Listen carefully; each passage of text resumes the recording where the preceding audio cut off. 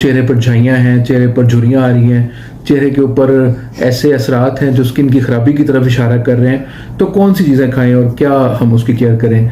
तो मैं थोड़ी सी सिर्फ शॉर्ट वीडियो में सिर्फ चंद एक चीज़ें बताना चाहता हूँ। देखें, ये आयरन की कमी और विटामिन सी की कमी, ये इन चीज़ों की वजह से स्किन के ऊपर ज़ाहरी तौर पर बहुत ही जल्दी असरात मुरतब होते हैं। तो आप कोशिश करें कि ऐसी चीज़ें जिनमें आयरन ज़्यादा हो और जिनमें विटामिन सी ज़्यादा हो, वो चीज़ें आप अपनी खुराक का ज़रूर हिस्सा बनाएं, डेली बेसिस पर उनको लें।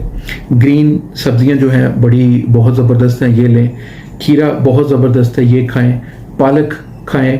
लेमन जूस वो लें आप, शिकंजवी की शक्ल में बना लें आप। और हाँ, सबसे इम्पॉर्टेंट ये है कि विटामिन डी भी ज़रूर लें। विटामिन डी का एक ही बेहतरीन सोर्स है, वो है धूप। तो धूप में थोड़ी देर के लिए ज़रूर बैठा करें ताकि विटामिन डी की कमी आपको कभी ना हो और विटामिन डी आपकी बॉडी की पूरी रहे। ख़वातीन के